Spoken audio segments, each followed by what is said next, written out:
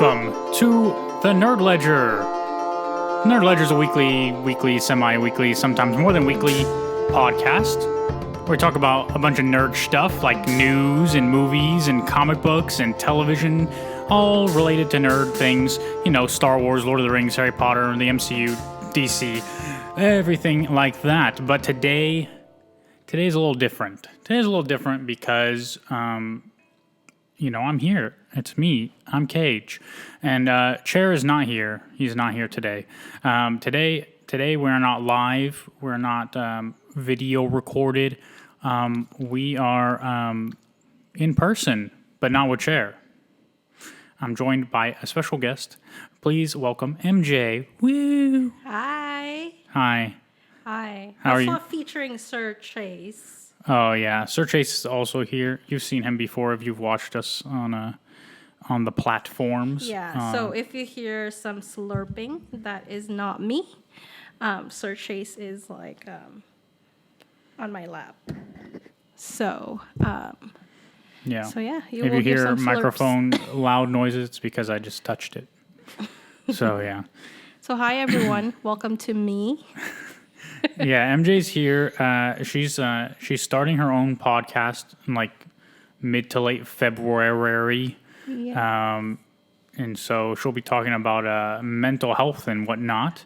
So she's just here to get some podcasting experience before she launches her own thing with her therapist friends. So you want to talk about that a little bit?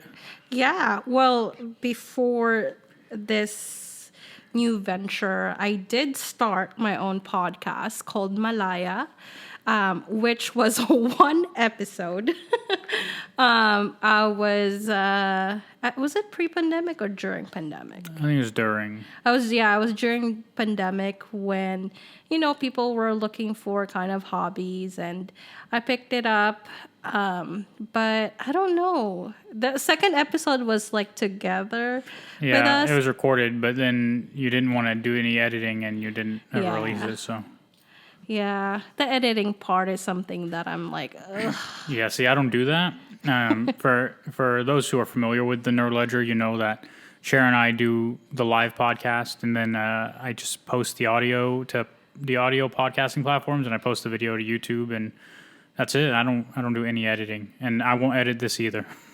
So, I mean, we're just recording it right now. I mean, it's not live, but This is raw. Yeah, I'll R-A-W. release it as if it was live. So, but yeah, I'm glad to have you. And today we're going to be talking about Blue Eye Samurai, which was a Netflix animated series. And we're going to be sharing some thoughts on that because we both watched it. Chair hasn't watched it, so that's why I'm not talking about it with Chair. But I'm sure he will at some point. So, yeah, that's why we're here. Do you want to say anything else before that? Oh, yeah, Do you want to talk about yourself? You want to like...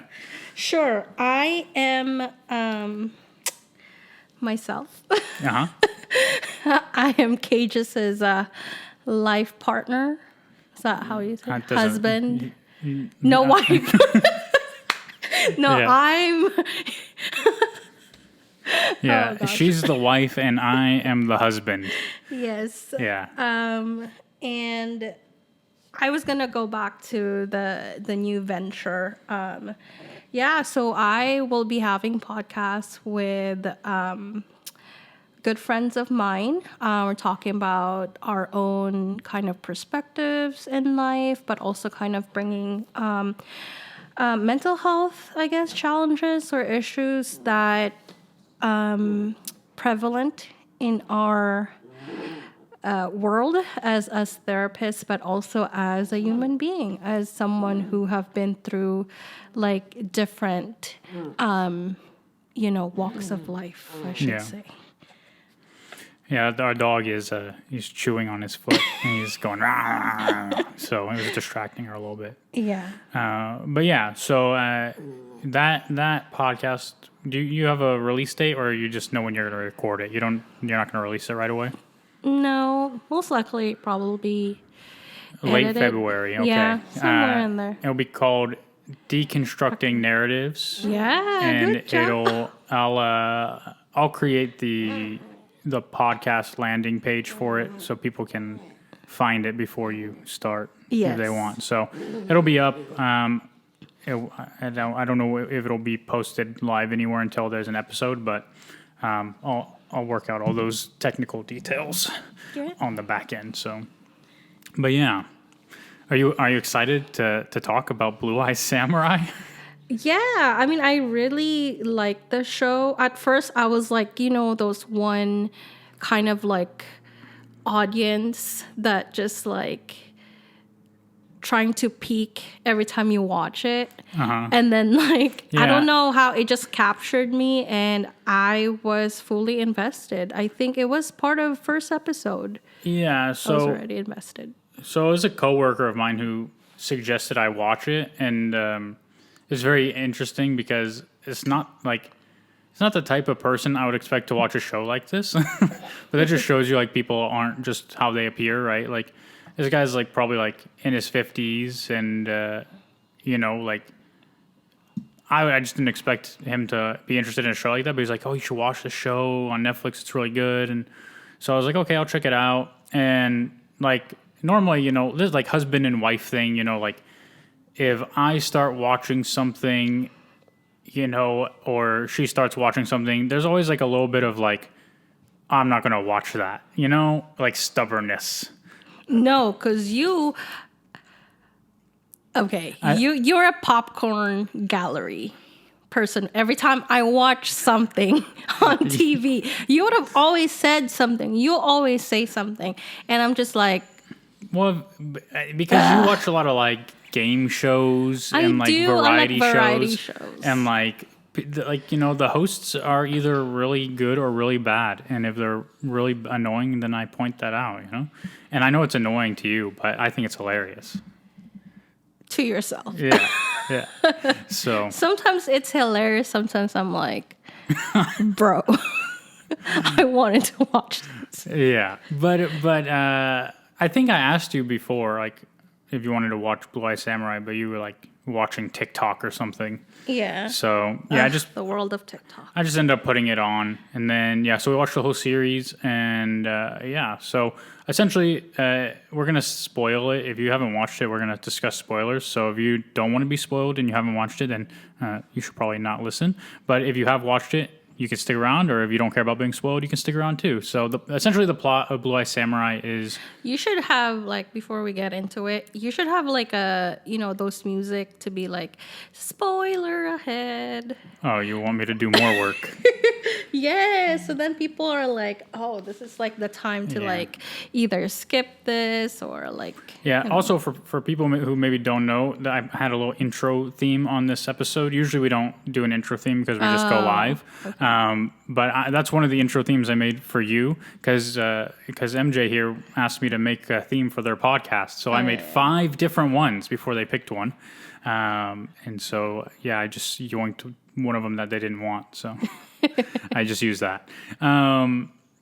Yeah, I'm not doing a spoiler song. You should just do it. Spoiler ahead. Okay. I already did that for you. Okay. See? Yeah, I'll just take the sound bite and then I'll use that. And I'll put some atmospheric noise around it. So yeah, the plot of Blue Eye Samurai is essentially, it's like during like feudal Japan kind of, white people were not like prevalent in Japan. They were like considered like demons and stuff, and there were only 4 white men in the country when the main character's mother got pregnant, and so Mitsu is your main character. Mizu, yeah, I know she looked at me like, you're not really gonna say Tsu, are you? Yeah, I did, but yeah, Mizu is your main character, and she's half white and half Japanese and has blue eyes. And essentially her life goal is to track down the 4 white men who were in Japan during the time of her birth or the time of her mother's pregnancy and kill all of them because they made her life miserable. Because in Japan, if you are a half-breed or white at all, you're considered like a demon and people hate you and ridicule you, and it just made her life a misery. And on top of that, she had to live life as a boy so that, to seem stronger, because if they knew like that she's a woman, like they'll just kill her, kind of thing. So it's a very interesting concept, a very interesting series, and so we're just gonna kind of go through it a little bit, go through the characters, their journeys, and really just discuss our thoughts. So, what are your initial thoughts on the series? Overall, I think the series is one of my favorite Netflix shows. Yeah, Yeah, it's really good. it's really good. And the style of the animation also, it's really like modern, but also reminds me of like I know I haven't seen it, but Spider-Verse kind of. There's like that like animation style, like very modern artistic, and I like kind of modern It's style. definitely more of a mix between like drawn animation and computer animation, like, but they kind of blend them a little bit. So that's really cool. Yeah, it also like depends on like the scene, and I know we're gonna talk about like our kind of like our favorite scenes. They changed a little bit of that animation at the very end of the season. Their last episode was a little bit different from the previous ones, but I think it's kind of like really showing, like, kind of like her angst and her like that. Oh, not the end of the episode, but maybe the how many is 8 episodes? 8 episodes. The 7th episode, I think, was a little bit different than the last one. So I know like we're speaking generally, but like I said, it's one of the kind of good series that I have seen in Netflix. And I'm very picky when it comes to like watching shows. So it's very very mature anime. But it's not one of those anime that, sexualizes like female characters. This one has just a lot of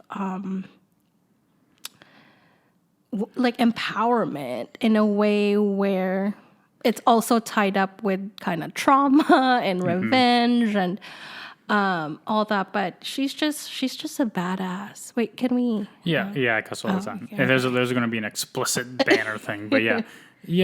I feel like the right word is like there's a lot of balance in the show. Yeah. Like obviously, like it takes place a long time ago, and like during like consider you could say it's like in our world, right?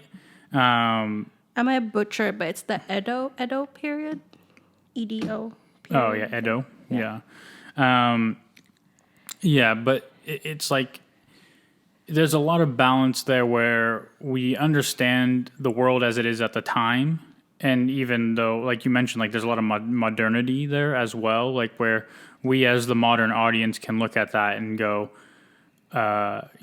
we understand that's how the world was at the time, and it's not right. We can see the injustice, but like even characters within that world can see the injustice, not just with Mizu, but also with Akemi and a lot of other characters, right? Mm-hmm. And so, you get introduced to Mizu, and Ringo's another big character where like, because he doesn't have hands, a lot of people in his life assume he's kind of useless.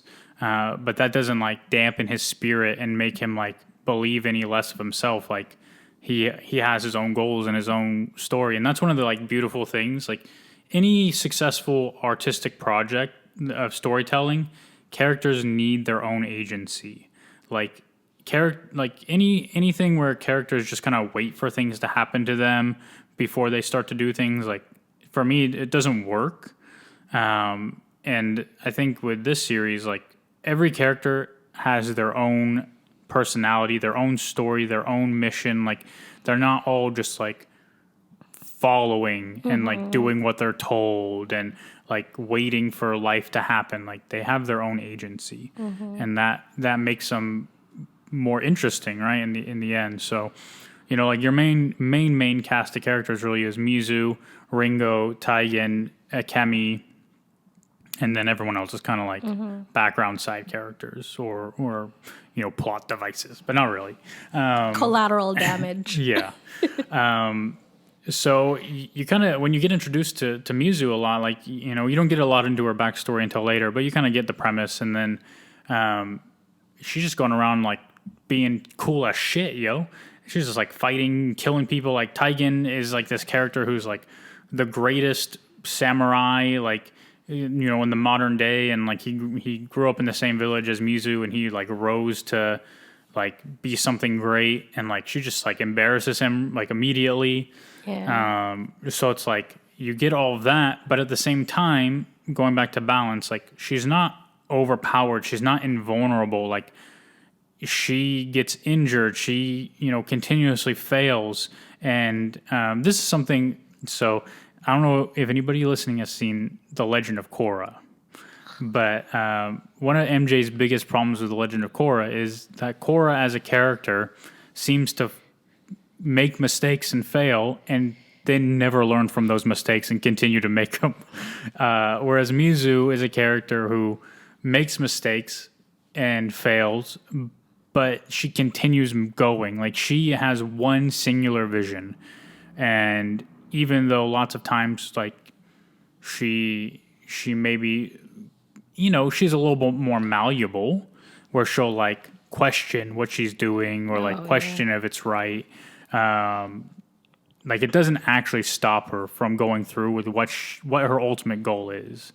Like this is what she lives for. She lives just so that she could kill 4 white dudes. Like that is essentially her birth father, I think. Yeah, because they made her that way, right?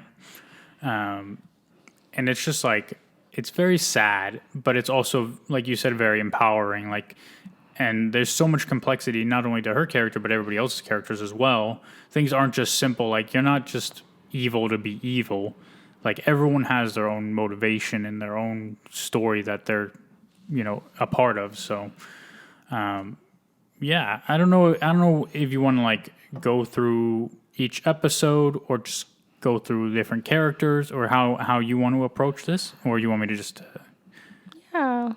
Lead the way. Okay, I'll lead the way.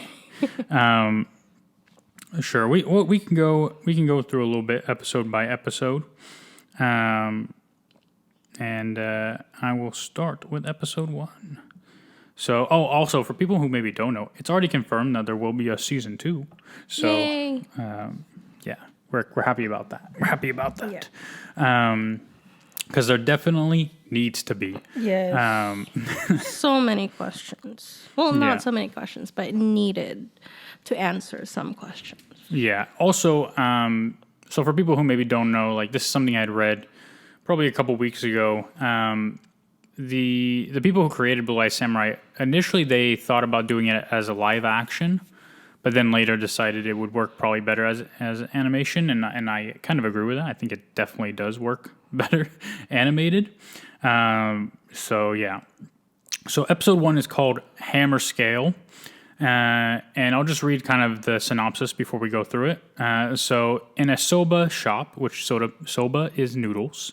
So in a noodle shop, Mizu encounters a flesh trader, which, if you don't know, is a purveyor of women to brothels, with a Western pistol. So, yeah, Mizu encounters a flesh trader with a Western pistol. She forces him to reveal the name of the weapons dealer, Haiji Shindo. Ringo, the kitchen attendant, allows Mizu and implores to be taken as an apprentice. Princess Akemi, the only daughter of the daimyo of Kyoto, Lord Daichi Tokunobu, convinces her father to approve of her marriage to Taigen, a young man and accomplished samurai. Mizu seeks a meeting with the master of the Shindo dojo to find out the location of his brother, Haiji Shindo. When the request is denied, it leads to conflict. Mizu defeats the students easily. Taigen, who tormented Mizu as a child, is now the dojo's prize champion, but when Mizu defeats him, the master reveals the location of his brother. In a flashback as a child, Mizu encounters Master Eiji, a blind swordsmith. They recover a glowing blue metallic meteorite. She becomes his apprentice and learns swordsmithing and swordscraft. In the present, at the behest of a foreigner, Haiji Shindo dispatches assassins called the Four Fangs. Hold on. There we go. Sorry. To kill Mizu. Ringo discovers that Mizu is a woman. Oh yeah, I remember this first episode. I think the first half of this episode, I didn't even.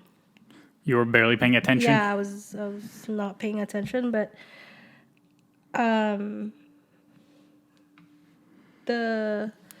this episode, I think, was it already like drew captures on me, because I was like, oh man, like this. I do we know in the beginning, the first episode, that Mizu is a girl or a woman? Yeah. Okay. So I didn't, see the whole episode, but yes. So I was like, what's the feeling? Shocked, surprised, like. Fascinated? Yeah, fascinated is the right word.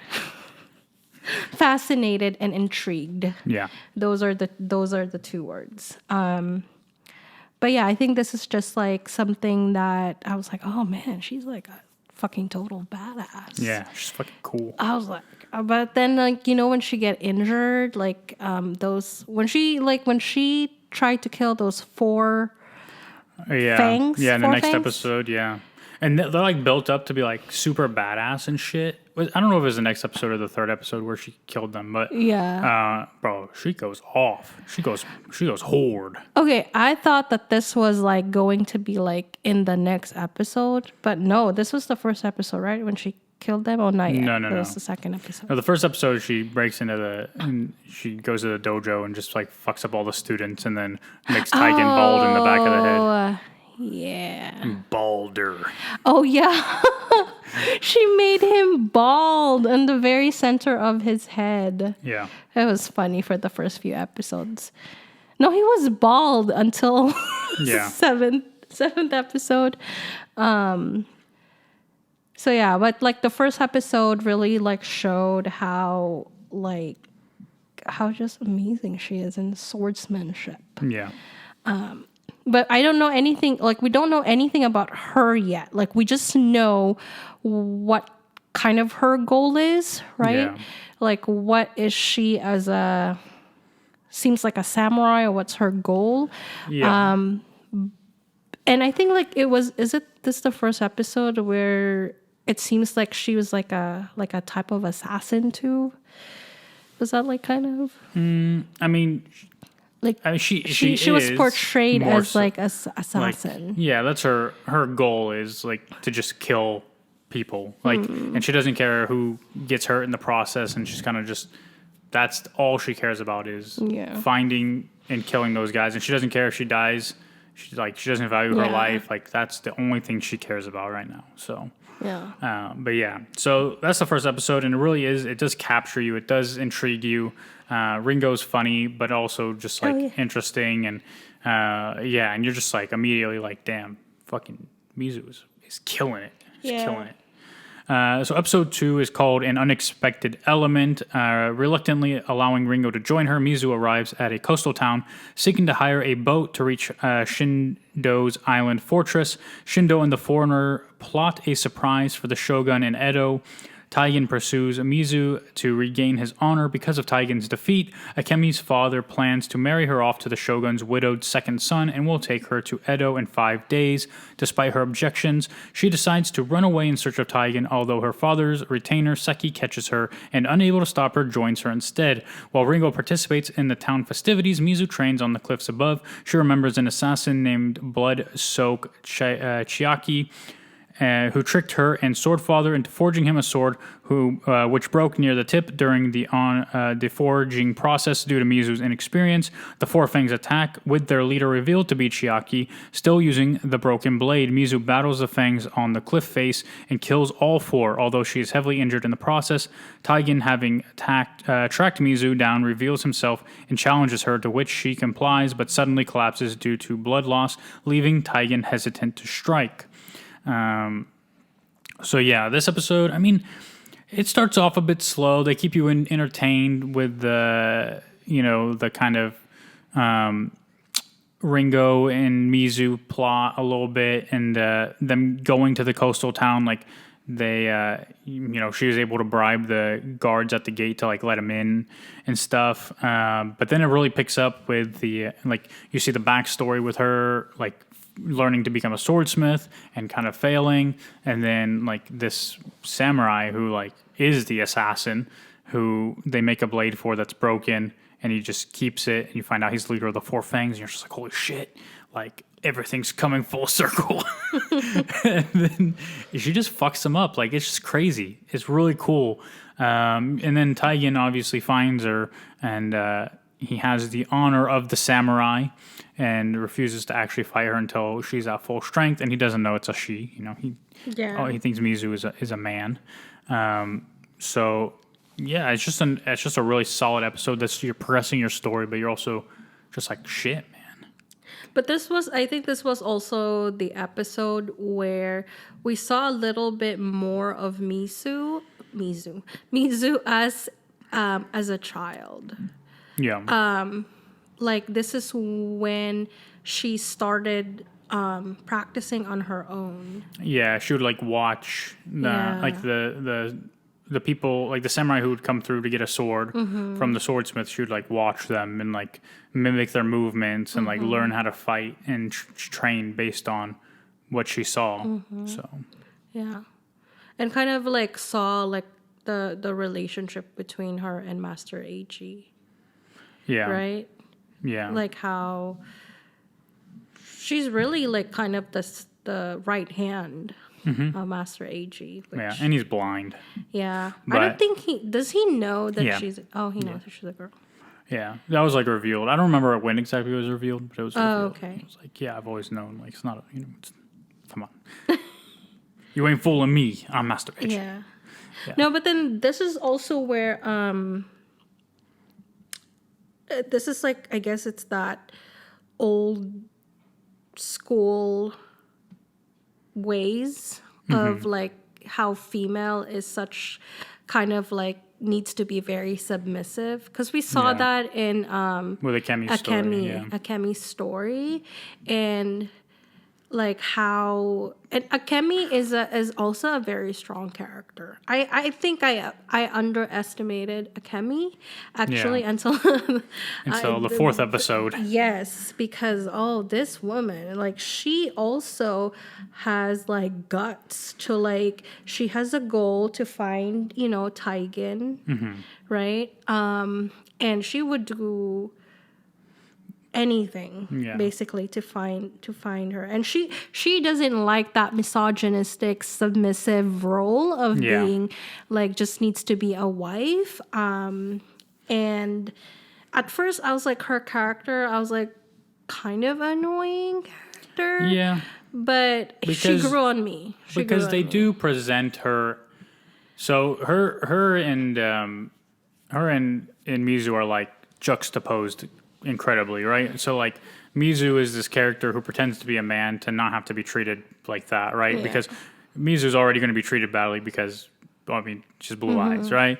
And so like you get this like, trauma, bad childhood, like really imperfect life, and it leads you to become something great. Whereas Akemi, pampered, rich, gets everything she wants, she's beautiful, people love her, like, and that's like the first impression you get of those characters. And then you slowly start to see that like Akemi's life isn't great either, and she continuously has to adapt and to do better and to take life into her own hands and learn to live within a man's world while also trying to improve things. And like that is difficult.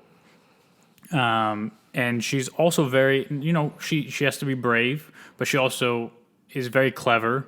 She's malleable as well. She can adapt quickly to the world around her, and really, like, despite everything, like despite her being pampered and beautiful and getting anything she wants, she doesn't in the end because she is subject to her father. She's subject to the way the world is. And she's continuously reminded that you are a woman and it doesn't matter what you think, really, because you're not going to be making decisions. You're not going to be the one ruling anything. You are subject to what we want. Yep. And she doesn't accept that. And that I think, towards the end comes full circle, like, and leads to this powerful moment where at the end she tells Taigen, like, I want power. Like, she wants to take that power back for herself, that agency back for herself. And for her, the way she's going to do that is by staying married to the shogun's son and changing the system from within and gaining her own power. Yeah. I was like, yes. Yes. Yes. Yeah. So it's really good to see. And then episode 3 was it fixed a number of paths. So Taigen and Ringo take Mizu to shelter at a nearby shrine. Mizu agrees to a contract to duel Taigen once she is recovered. A huge man with a club delivers an invitation to a tea ceremony with Haiji. Though Taigen suspects this to be a trap, Mizu accepts and they both travel to the meeting.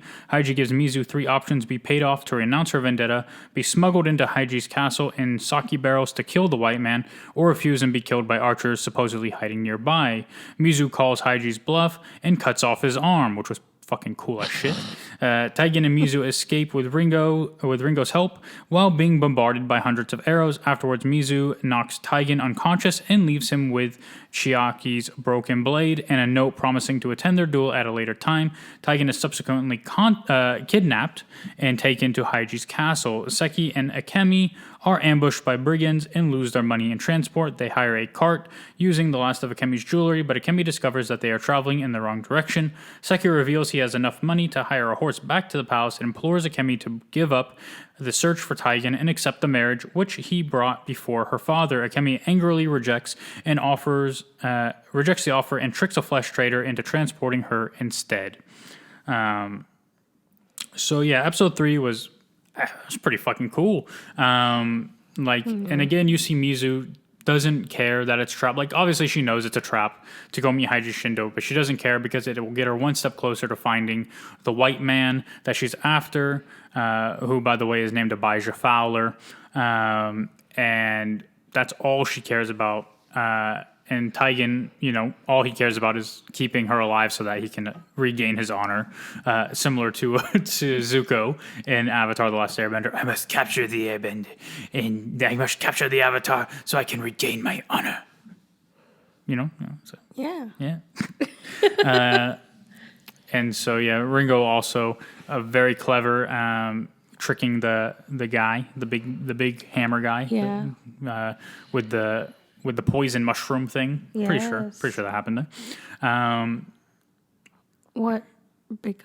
The big dude with the club who was like, didn't really talk, and Ringo was like keeping him company while they met with Haiji Shindo.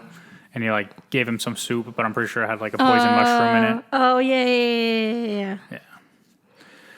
But yeah, they do escape, and it is now Mizu's plan to get to the castle and find out how that's done. Because, Haiji Shindo did reveal a little too much about the sake barrels, and getting prostitutes up in there. So now she's off to find some prostitutes in the next episode. Called Peculiarities, which is episode 4. Mizu seeks out Madame Kaji's brothel to follow up on what Haiji Shindo revealed about how prostitutes enter the castle of Abijah Fowler, the white man she is seeking. Kaji promises to give her the information if Mizu agrees to mercy kill Kinyo, a deaf-mute girl who was in Kaji's care before being forcibly taken by the local Thousand Claws mob boss Hamada. After convincing Kinyo to believe Mizu will protect her, Mizu carries out her task and leaves the scene, making Kinyo's death look like an accident. However, on her way out, a boy sees her. Hamada arrives at Kaji's brothel with his fighters and orders them to kill everyone. After realizing Akemi has run off, Lord Daishi sends his men after her. Akemi ends up in the same town as Mizu and sees her with Taigen's scarf entering the brothel. Akemi persuades the purveyor to trade her there to prove her competence. When asked by Madame Kaji with pleasuring a veteran customer with erectile difficulties, she tactfully uses his interest in poetry and her proficiency in the subject to stimulate and bring him to climax. While she's being applauded for her talent, she volunteers to serve Mizu in an attempt to drug her. At the castle fortress, Taigen is being tortured by Shindo for information about Mizu. So this episode was really interesting and very sad. Yeah. I wasn't like laughing about the sad part. I was just like, when you were like talking about like the plot, it reminded me of the octopus scenes. Oh Jesus! Yeah. So yeah, I wasn't like laughing there are about a lot of peculiarities at Madame Kaji's brothel of peculiarities. So. Yeah. So, that was, yeah. But no, that episode was it was interesting. It was sad, but also that was the episode where we saw a little bit of humanity with Mizu. Yeah. Where there was a point where she didn't even say anything, but her action and how her behavior was like kind of questioning like her, her goal, because like she killed someone, that is, again, like a collateral damage to her goal, to what is it? Her vision. Yeah. So and it would have worked too. Like it was all for nothing because the little boy even saw it, that little boy. And like I feel like if Mizu hadn't just like done something that she believed to be questionable, like if she had been just full on like in no matter what it takes, I'm going to accomplish my goals, she would have killed that little boy too. But I think she was a little bit like already like starting to question like, is she doing the right thing, and will it even give her what she really wants? And at that point, she just like instead was like, hey, don't hey, just go tell them that someone's dead, like someone died in there or something, like, Yeah. So, and that little boy was a plot twist. Yeah. I was like, "Ooh, you little boy, you little snitch." Oh my God. I was so irritated. Yeah, it was all for nothing. But yeah, it was literally all for nothing. But yeah, and you really see Akemi's kind of wit and ability and adaptability in this episode. Like she really didn't want to have sex with that dude.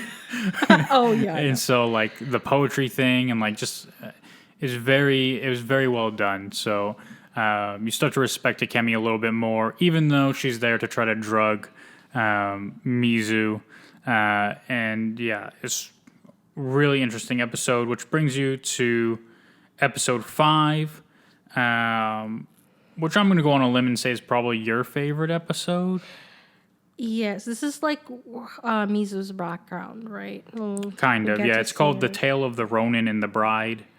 It's the synopsis is: faced with the threat of Hamada's men, Mizu gathers the women of the brothel in the cellar and tasks Ringo with guarding them. Inside the brothel, she starts taking out the Thousand Claws individually, but one manages to wound Mizu, resulting in her slowly losing strength. In a flashback, Mizu has while being attacked, allegorically with the tale of the first Ronin.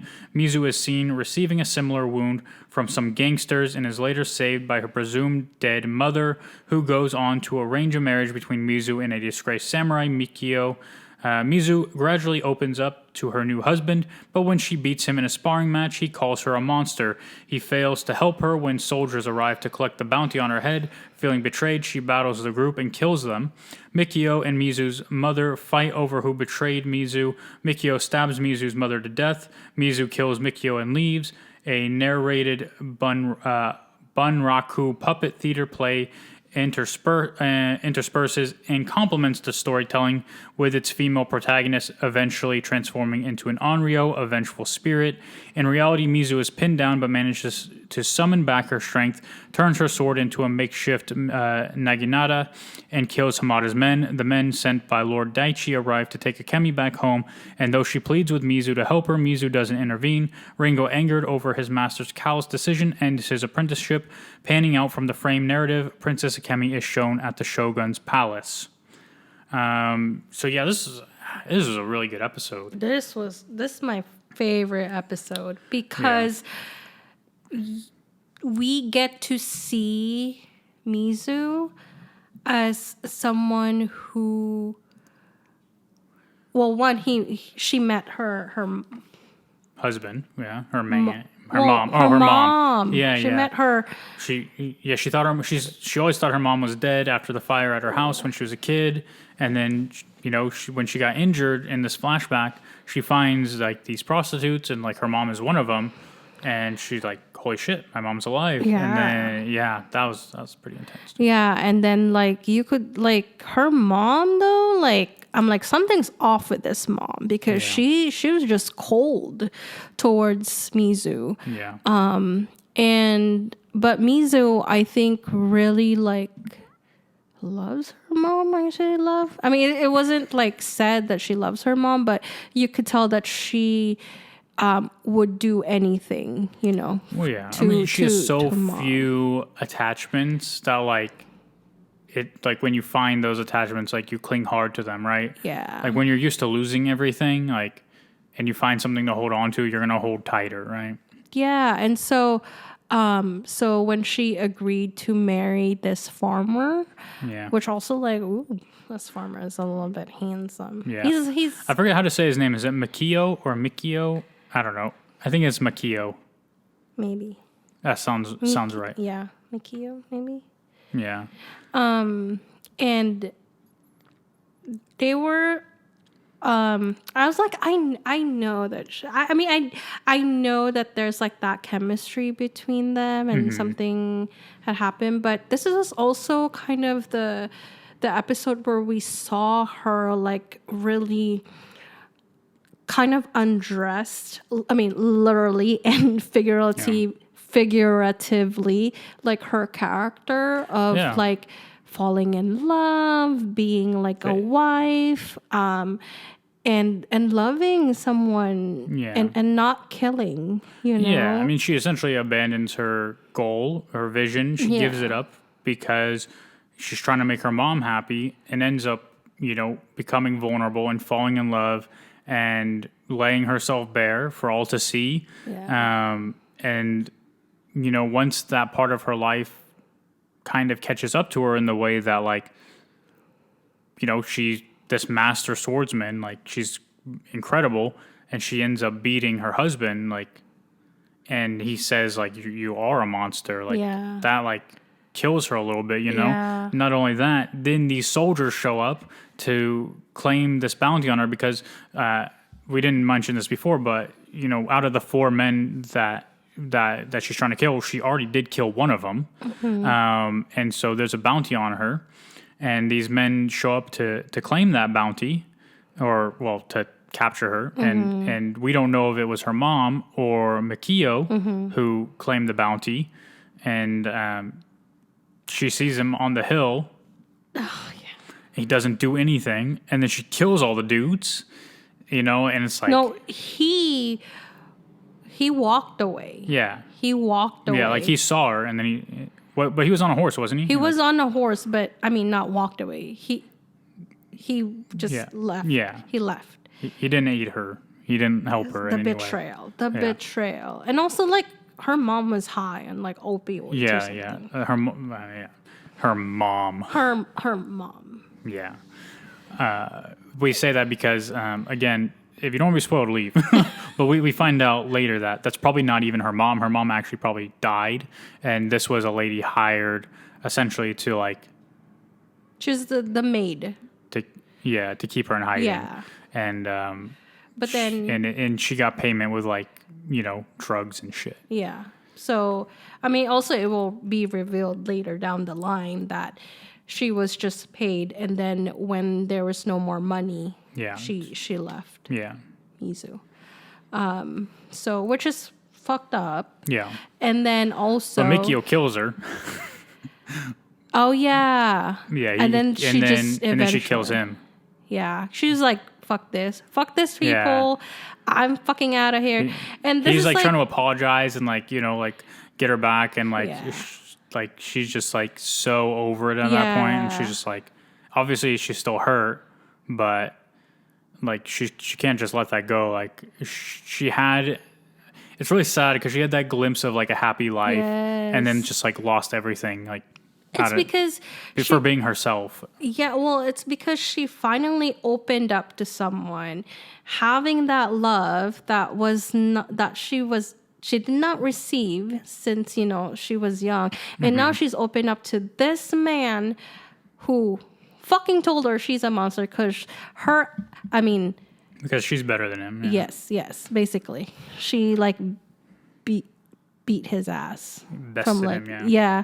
And so like and then now like he's just like, oh, like, I love you, Mizu, come back to me. I was like, fuck you, dude. Like you fucking left her. You turned your back around when she looked at you, when she gave everything to you, and you motherfucker just like went up the hill, and then later down the line you're gonna like beg.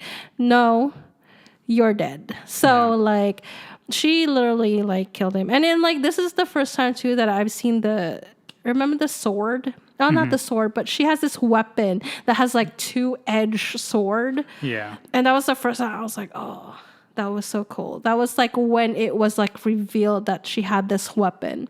But yeah, I was like, I get it. I was like, that is the episode when I said, I get it. I get it why she's so cold-hearted and why she doesn't show any emotion other than just like her vision. Yeah. Because she won't allow herself to go through that again. Yeah.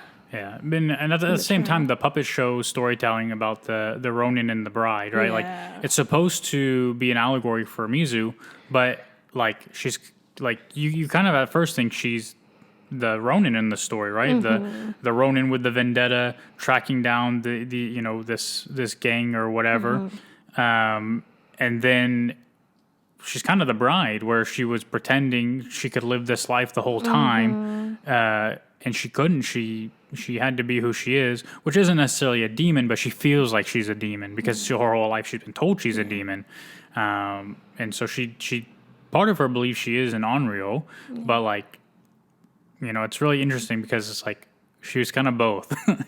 She is, but also like the switch when she, like, 'cause like her also like.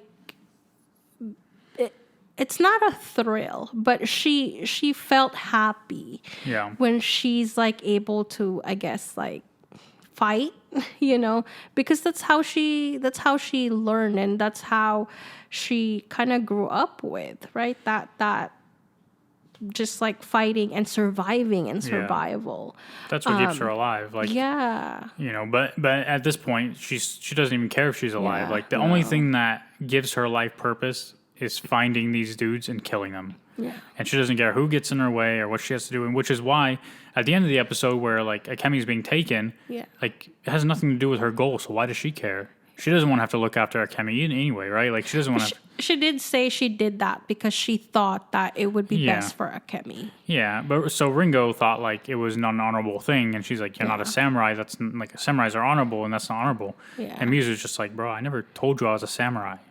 Like you like and you kind of see that like Ringo had this vision of who she was and who and kind of how he wanted to be. Yeah. And because he wants to be great, he doesn't want to just be like, he doesn't just want to serve noodles. He wants to serve the best noodles in Japan, right? Like he doesn't just want to be Ringo. Like despite his disabilities, like he doesn't want to be less than, but even more than that, he doesn't want to just be. He wants to be great.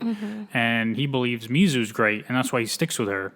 And then his kind of that's why they say don't meet your heroes kind of thing. It's like his vision of who she is shattered in that moment where he kind of figured out like she's not actually a samurai. Like she's not actually honorable like I believe she should be. She just let them take Akemi, right? Yeah. And again, within our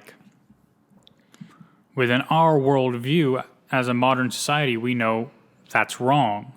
But back then, obviously, like in the 1600s and stuff, like that's how women are treated.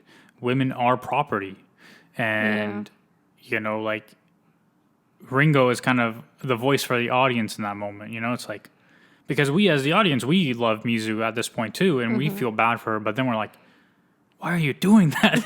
Like why would you just allow them to take her, like kind of thing? And obviously, yes, she explains later, like she thought it would be better for her, right?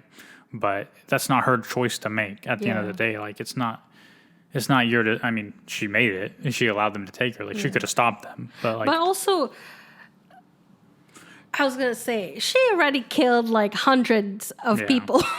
Yeah, But she's like tired at that point. If she's injured, she ain't doing nothing. She oh my God, this woman has been stabbed, has been choked, has been crushed by a massive door. Oh my God. And like I said, killed like probably like 100 of this gang members. That would like already like she was done at that point. She was like, I think physically, mentally exhausted and emotionally exhausted.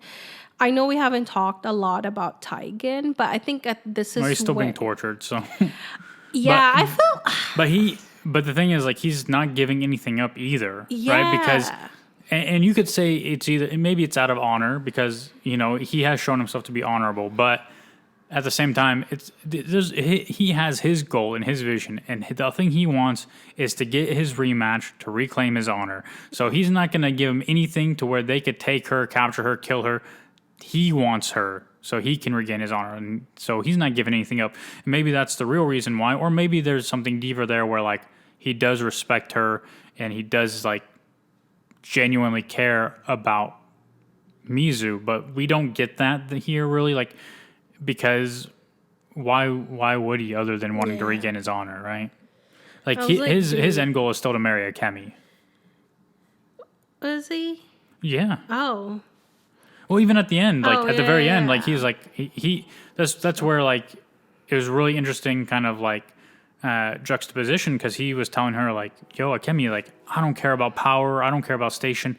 As long as I'm with you, I'm great, I'm happy. And she's like, well, I do care about power. I do want power, so... At that time, she's like a princess, right? Yeah. Technically a princess. Well, she's a princess before. Oh, yeah. She's always a princess, but like now she wants a queen. She wants to be the queen. Yeah, she wants to be the shogun's wife. Yeah. But she's going to be the shogun's second son's wife instead. Yeah. Because the shogun is dead. Yeah. Now, at the end. Wait, anyway. Let's go back to the... Yeah. Was it sixth episode? Yeah. So episode 6 is All Evil Dreams and Angry Words. Mizu follows the instructions relayed by Madame Kaje, finding the underground passageway to the castle littered with the skeletons of women and infants. While trying to unlock the door to the exit tunnel, she accidentally triggers a water trap and just manages to escape drowning, but loses more of her gear. Her covert entrance is blown when a soldier sounds the alarm, interrupting Haiji and Fowler's meeting at the upper level with 2 of the Shogun's advisors as they conspire to kill the Shogun and his entire family to take power by force using guns in Fowler's possession. Mizu proceeds upwards through the palace, sustaining injury from the numerous castle traps and guards. Eventually, she makes it to a dungeon area where she fights her way through released prisoners before stumbling upon a cell holding a badly injured Taigen. She carries him with her till she comes across the giant carrying a club. Mizu defeats him with an explosive that also breaches the outer castle wall. She then climbs to the top of the outer wall while carrying Taigen and then confronts Fowler. He shoots at them, injuring Mizu and breaking her sword in 2. While Fowler is trying to kill Taigen, Mizu grabs him and jumps into the freezing water below, where a hand extends toward them as they are about to drown. This episode was pretty crazy. Yeah. It's just like challenge after challenge after challenge, and Mizu overcoming them all. This was the episode with the Metallica song at the beginning, right? Yes. I think. And she's just, it was when she was like with this big dude. yeah. Oh, was it in the? I think it was this episode. Oh. Yeah. She's just like she's fighting through all these traps. Yeah, she goes through the tunnel. We see the infants and the women's skeletons, and we later find out that those are women who were impregnated by white men and their children. And bro, that's fucked up. Yeah, that's fucked up. That's because it's not just it was like fucking dungeon, man. Yeah, They just died there. yeah. They just put them in there and let them rot. Yeah. Anyway, essentially she's like walking through like what could have been her graveyard, you know, like where she could have died, you know.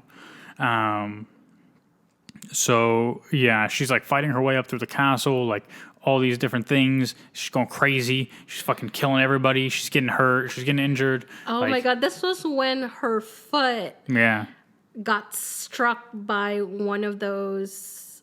I think. Yeah, some like a spike went through her foot or something. Oh my god. And she had to like put her whole foot in like a cold water. Yeah. Oh yeah, the guy working like he's just trying to do his job, and she just like falls through the roofs and shit, and like using like his water bucket and yeah. If you watch the show, you'll envision what we're like kinda laughing about, but. And then eventually she saw Taigen. Well, she got drugged, right? She got drugged by these like flowers or something, and then probably opioid. Yeah, and then like the monkeys all looked evil, and she's just murdering a bunch of monkeys. Yeah. And then she ends up murdering a bunch of zombies. Prisoners. Yeah. And then she sees Taigen. Oh, poor Taigen. Rescues. Yeah. Oh my god, that dude is still fucking alive. He gets rescued just to get back to Abijah Fowler to get his ass beat again. Oh my god. Ugh. Was it like but I'm surprised, like I thought like it would be way easier for her to kill him. Yeah. Even Fowler said, didn't I kill you? Yeah. I was like, dude. Oh yeah. Well, I think he said that later too. Oh, like when he sees him in the Shogun's castle, right? Oh yeah. Oh yeah. Yeah. Dude, Taigen won't fucking die. Yeah. But it's like when Mizu eventually gets up to Abijah Fowler, I just expected her to make light work of him, but like, yeah. I guess maybe because he's like so much bigger and stronger. Like he's not like.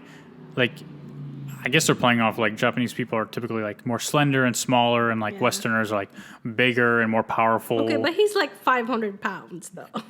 I mean, he's also quite tall, huge. Right? Like, but I would think that she could just like slice his arms off and like stab him through the face or something. That's true, you know? Because we know that Mizu is so skilled. Yeah, but also, I mean, how many times was she injured trying to climb up to the roof and drugged and like.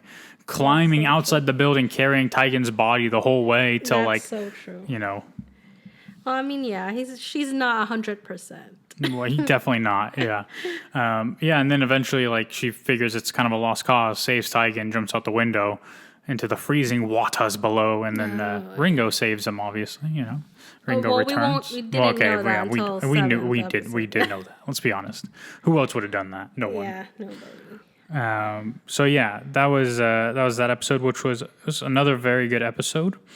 And then episode 7 is called Nothing Broken. Ringo saves Mizu and Taigen, bringing their unconscious bodies to Swordfather's hut. While recovering, Mizu's relationship with Taigen starts taking a non-combative and suggestive turn. This comes undone when she reveals Akemi's marriage to the Shogun's son and of Fowler's impending attack on the Shogunate. Taigen rejects Mizu's broken blade and leaves for Edo in an attempt to save Akemi and warn the Shogun, vowing to kill her when he returns. After multiple failed attempts and an epiphany that results in mending ties with Ringo, Mizu manages to recreate the metallurgy of her sword steel, but refrains from reforging it until she has slain Fowler. Mizu and Ringo leave for Edo to save Akemi and kill Fowler. Akemi is chafing against the restraints of her new position in the shogunate and endures the machinations of her cruel mother-in-law. She confronts her husband, discovering him to be gentle despite his reputation, which is the result of propaganda, and also insecure and pliable due to his severe stammer. She strikes an understanding with him, which leads to the consummation of their marriage. She uses her newly gained wealth to hire the prostitutes of Madame Kaji's brothel as her new attendants. One of these, Issei, informs her of Fowler's plans, which they relay to Akemi's father, Lord Daishi, who to Akemi's horror kills Issei, revealing himself to be involved in the conspiracy. He then confines Akemi in a basement cell. So twist after twist in this episode. Oh my gosh, yes. Yo, like, bruh, Taigen gets a stiffy while rolling around on the ground with Mizu, thinking that Mizu is a man. He said, I must just really be missing Akemi. Well, I think Mizu felt it too. Yeah, that's why like she like feels bad and she's like tells him about the shogunate and I stuff. think she was about to tell him, but she just withheld the information. Well, I thought that too. I thought she was going to say, like, I need to tell you I'm a woman. But I think she just feels bad because, like, you know, when he mentions Akemi, she's like, oh, shit. Like, yeah, by the way. I let these guards take her to marry the shogun's son. And, but yeah, we see even more of Akemi just, like, learning and adapting and just doing what she needs to do to survive. No, she's a motherfucking badass, empowerment woman. Yeah. This is when, like, I was like, oh, she got fucking guts. Like, she is wanting to, like, change, like, that, like, her role, not just being, you know, a secondary, like, wife or a submissive wife, but no, she wants fucking power. Yeah. Like, well, and at the same time, like we see kind of like that the shogun's wife like is cruel to her, right? Oh, yeah. And like things like that. But you kind of when you think about it like a little deeper, like she's probably also been really mistreated. Yeah. And like assumed to be like a second class and like nothing. And so like she's raising her kids to like maintain power essentially and make sure that like, you know, at least outward appearances are like we're strong and vicious and we'll fuck up anybody, right? And she takes a little bit of that also on Akemi where she's just like, hey, I'm gonna fuck with you too. Like, and so it makes us as the audience go like, man, what an awful person. Like she's terrible, but like she's also the result of the society and the environment she's been raised in. So, you know, and that's not an excuse for her because we see that Akemi also has been kind of tortured and treated poorly and made to be property and told that she has no power and she has no decision on how her life turns out. And she's kind of gone the other way and she treats, you know, prostitutes with kindness and like treats everybody else. She's trying to like, you know, take back what's hers. The only people she doesn't necessarily treat with kindness are men. You know, when she goes to confront her husband, she's like, hey, you know, you're not going to fuck with me. Yeah. Like, you know, and like then she learns that like, you know, he's also been a subject to his mother's will. Well, also he has a disability. Right. Which is like stuttering. Which is why he doesn't talk, which is why he seems like a silent brute. And he gives her, like, he kills her bird. Not accidentally. He kills her bird. He kills her bird. Then he gives her 2 new birds, which she thinks is like a cruel joke. Yeah. But like he genuinely felt bad and was like trying to make it up to her, you know? Well, also I think that's what his mom wants him to do, right? No, it was like her aides, like her aides were like making a joke about it and saying like, oh, like they're trying to like mess with you and stuff. And before she fired them. Oh yeah. And fired them. Yeah, I mean, you know, like she like you said, she's a badass. Like she's taking agency, she's doing what she wants, she's taking back her power in any way she can, and really like stepping up, you know? Yeah, I feel bad for Issei though. Yeah, almost. But she knew about the plot and she wasn't going to say anything. But then, you know, Akemi's kindness kind of like made her want to say something. Yeah. And she just gets thrown out a window. Yes. And there's no questions asked about that. There's no questions asked about why there's a dead woman on the fucking castle grounds. Like, nobody questions that whatsoever. They're just like, hey, well, another dead prostitute. Hey, the Shogun's sons must have got a little aggressive last night. Like, what the fuck? Yeah. This is... Yeah, and then her dad just like locks them in the dungeon, and he's like, "Hey, we'll be fine. We'll be the leaders when this is over. I won't just be a puppet for the white man." Yes, you will. Yeah, because he thought, right, that by marrying her to the shogun and the shogun being killed, like the whole family, she would be the only one who's gonna survive because technically she's the one married, and then she will have to tell the people that she will back down as, I guess, their queen or their ruler and give the power to dad. So that was kind of dad's mindset. So, but Akemi, no. Yeah, Kimmy's like, "Hey, ain't gonna happen, bitch." We know that on the 8th. This is the last episode. Yeah. So the last episode. Well, I guess before that, right? Oh. So we also get a lot of Ringo. Following around the sword father, and there's a lot of humor there, and then Ringo was he's a little too much for Sword Father because Sword Father just wants quiet and silence, and Ringo is not one of those characters. He does move quite quietly, which is why like she put the bell on him, right? Oh yeah. So she could hear him sneaking up. So but she gave him a bell like on the 3rd episode. Yeah. To put on his like ankle or something. Either his ankle or his wrist, yeah. And then Ringo. He gave the bell back, when Akemi got taken by the guards. On the 5th episode. Yeah, and then in this episode, he's just falling around Sword Father and just like being annoying and like still angry at Mizu, all right? And then even the Sword Father kind of like rejects Mizu a little bit in this episode where he kind of like, I don't remember what he said to her exactly, but like I think it was because of like her journey and stuff. He said like, "You're not really worthy of a sword" or something. Because it's because he was saying that she has too much revenge. Yeah, because she wants him to make her a new sword, and he said he won't do it. Yeah, because on the 6th episode, right? Her blade got destroyed by the gun, by the bullet. Yeah, by Fowler's gun. Yeah, but then she gets all naked and writes a bunch of stuff on her, and like then she makes. It's like an incantation. Incantation, is that what it is? I forget exactly what it's called, but it was like. It's a ritual. Yeah, and then she has Ringo help her a little bit, and like she was like reforges their bond. Yeah, no, she said something about like she cannot do everything alone. Yeah. So she asked, because Ringo knows that she's a woman. So Ringo helped paint some stuff on her body while she's naked, and then eventually Sword Father. He has a little cane thing, a steel cane that he has been using, right? And then they talk.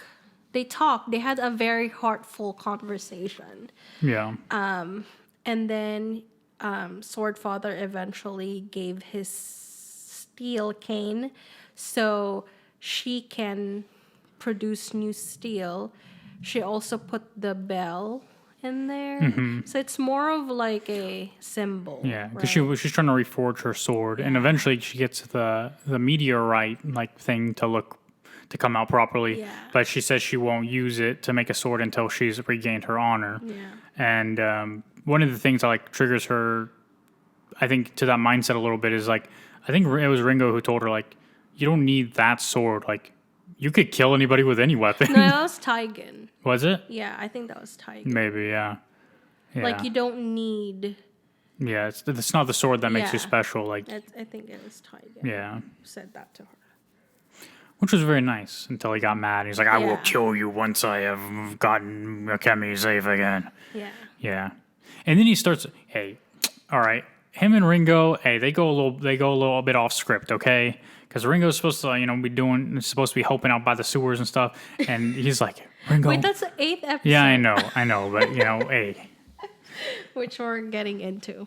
All right. Well, episode 8 is called The Great Fire of 1657. Mizu asks Ringo to wait by the sewers while she saves Akemi and sends her his way. Taigen finds Ringo and they decide to storm the front gate to warn the Shogun about the impending attack, which shortly ensues as Fowler's army breaks through the castle defenses. Seki saves Akemi from her cell, locking her father in her place, but they are outnumbered by soldiers until Mizu arrives. Haiji opens the final gate from the inside, giving Fowler access to the Shogun and his family. Fowler kills the Shogun, but the Shogun's sons and wife escape after Mizu crashes in, leaving Taigen to kill Haiji Shindo. Mizu subdues Fowler after starting a fire while attempting to stop him from fleeing, which rapidly spreads throughout the entire castle and then to the city. Fowler tells Mizu that they'll have to travel to London to find the remaining 2 white men, and that the woman she thought to be her mother was a maid paid to raise her. Seki and Akemi shut the front gate of the castle, preventing Fowler's men from escaping the roaring fire, but Seki is fatally shot. Taigen finds Akemi outside the castle and offers to run away with her, but she declines, choosing to remain in Edo with the Shogun's surviving family and her father, Lord Daichi. Ringo returns to Swordfather, convinced that Mizu has perished in the fire. Mizu leaves on a ship with Fowler as her captive. Yeah. So, yeah, this just makes you think, like, is season 2? Are we going to have these parallel stories still, like these different characters, ongoing journeys, or, like, are we just going to focus a lot on Mizu in England? And what is going to happen with Mizu in England? Yeah. So. Or are they going to be able to reach England? Like, that's, even that, right? Like, we assume that they're going to go to England because she's on the boat, but hey, maybe their boat gets, like, sunk or something, and then they end up in fucking Portugal or some shit, right? Like, who knows? Are they going to, what's the best way to get to England from Japan? Do you go from Japan over, can you go over North America to get to England? Or do you have to go around, like, okay. You're thinking too much about this. Yeah. I am thinking something's making noise outside and it's very distracting. Whistling. Yeah. Okay. It's going to take them a long time to get to England, okay? That's like, what, a month probably? Has to be a month. Or longer. Asia to From Japan Europe? to England, right? You have to, like... You have to go up around Alaska and Canada, right? And Greenland and Iceland to get to England. Or you have to go out above Russia and then all the way, like, is that even possible? I don't know. Well, I don't know. You have to go through I need a map. You have to go through to Pacific Ocean and Atlantic Ocean. Right, and then or just through all the oceans. Yeah, all the oceans. But I don't even think there's. I don't know if there's a way to do that. I mean, like you go down below China, like, and then go. I don't think you can do that, right? Because is there a canal between Africa and Asia, or is it landlocked? Well, okay, we're talking about 16. Okay. We're talking about 16 something 1657, yeah.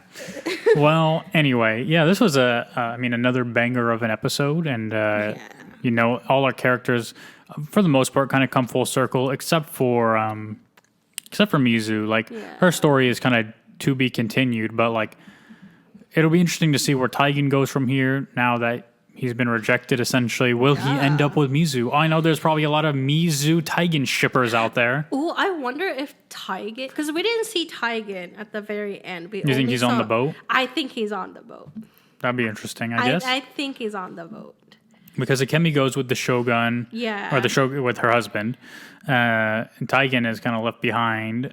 And we didn't see him after he got rejected. Yeah, Ringo goes back to Swordfather. Yeah. And then Mizu and Fowler are on the same boat. He's kind of like a prisoner on the boat. Yeah. But yeah. So I'm excited for the second season. I hope that it's more badass, like, the same energy as this first season, and get to, I think, a little bit more background too, with like Taigen and Ringo and Akemi. Yeah, I'm just not sure how much more background they can do with those characters. I mean, I didn't say anything about Taigen. Other than, like, he was a bully when he bullying Mizu as they grew up. But, and then he kind of explains, like, how he became, like, a great samurai and stuff and just want to go back to, like, the fishing village kind of thing or whatever, because they did end up going back there together. And, yeah, I don't know. I mean, maybe they can show partially, like, his rise and, like, his first meeting with Akemi or something. And then Ringo, I mean, I don't know how much of his life is significant before he met Mizu, or how much he would feel is significant, because, he's always just kind of been considered, like, useless, right? Well, also, like, how in, like, and this is not just like a parallel to, like, any other animation that I've seen, but how, like, in Avatar, The Last Airbender, some of the characters have, like, side stories, right? Yeah. Just to kind of, Fillers. I guess, fillers. Yeah. So if they're like going, but I guess like they're probably going to be the same kind of length of episodes and same length of like time. So I don't see other maybe side. But if they do need some fillers, that would be like a. Yeah, I mean, we're still gonna probably follow all these characters, at least the main four, right? Akemi, Mizu, Taigen, and Ringo, and much like I talked about Mizu and Akemi being kind of like foils, they're kind of juxtaposed a lot. I mean, Taigen and Ringo are similar, like they are juxtaposed, right? Like, one is incredibly skilled as a samurai, the other has a disability, like. But they work together and like they encourage each other, like they can still like be great, so you don't really see that with women in pop culture a lot, where like women are supportive of each other. But Akemi is actually very supportive of other women, and Mizu just doesn't give a shit, let's be honest. Like, Mizu doesn't care, like she cares a little bit. She has some cracks in the armor, but she's too focused on her like revenge story, that she's not really giving herself too much, she's not opening up herself. And I think from the story that we learn again from episode 5, like there's a lot of like betrayal that she had been in her life. So yeah, I'm excited for season 2 and see where it would take us. Absolutely, yeah. So who's your favorite character? Has to be Mizu. Yeah. If I would rank them, has to be Mizu, Akemi, Ringo, and Taigen. Taigen would be the last, just because Same. I think Taigen would be last. I think it would be Ringo, Mizu, Akemi, Taigen. Yeah. But there's even other characters like have a lot of personality and a lot of like, I don't know. I think everything works for this series. Like the animation's great, the voice acting's great, the direction is great, the characters are great, the storytelling works very well. Like everything kind of works, and I guess. If you look at this series similar to Mizu, like when you have a vision and you have a goal and everybody's kind of on board with it, like you're going to achieve something great. And I think that's what they managed to do with this. So yeah, they did. If you would rate this out of like 10, what would you rate this show? Like a 9.5. Same. Yeah. It's really good. It's really good. Yeah. The 0.5, of course, like, Yeah, improvement. everything could be better. Like, Yeah. and it'd be really hard to mark down points for anything within the show itself. Yeah. I mean, there's probably little things here and there. Like, there could be questionable, like, things like, oh, does this make sense here, or does that make but they're so minor that you ignore them anyway. Yeah. And then like anything else is just probably people saying, well, this could have been better if they would have done this, but you can't really take points away for that because, I mean, if it did that, then everything would change, right? Like, one of the things too that I am looking for is who is Mizu's dad. yeah, we don't know, We right? don't know. There's two more. Yeah, because we know. But then- who's the first guy? Violet? I think they called him Violet. Violet, right? Yeah, that she already killed. And then there's Fowler, who says, you could be one of my bastards, but I thought I accounted for all of them. Yeah. And then there's two more, and we don't even know their names. No. No, we They do. do. They do reveal their names in this episode. But I forgot. Which I thought, okay, if Abijah Fowler is so stupid, he just gives up the names, why wouldn't she just kill him and go to England herself? Because he said she needs him, but Yeah. he's just trying to save his own skin, Yeah. Like, she could have easily just gone there, bro, and been like, hey, look at me, I have blue eyes, guys, I'm totally white. But- Can you tell me how to find these random dudes? Well, plus Fowler is very smart. Yeah. Right? So in England, that's his space. That's his land. Yeah, but he's like Irish. Is he? He had an accent that wasn't English. He's either But he's Irish. white. Yeah. Okay. This is 16 And something. it's UK. It's UK, right? Yeah. Yeah. So, So, this, You know. yeah. I mean, yeah. white Yeah. power. For Yeah. Fowler. Yeah. Yeah, absolutely. So it'll be interesting to see what happens if Mizu achieves her goals, and if she does, what happens from there. Like, I think that it's difficult with like how things work now, where if something's successful, companies and studios just like beat the shit out of it and like do everything they can to keep getting all the money they can out of it. Like, I hope that the creators have a little bit more power here and say, like, once Mizu finishes her goal, most likely she'll die at the end of it, and we just end it. Like, and please stop. Like, bro, we already know what's gonna happen. There's gonna be a spinoff about a Cammy. There's gonna be a spinoff about a Ringo. Like, we don't need all that shit. Okay, just No, I think keep like, the story focused. I think if they would end this series, yes, it's either Mizu has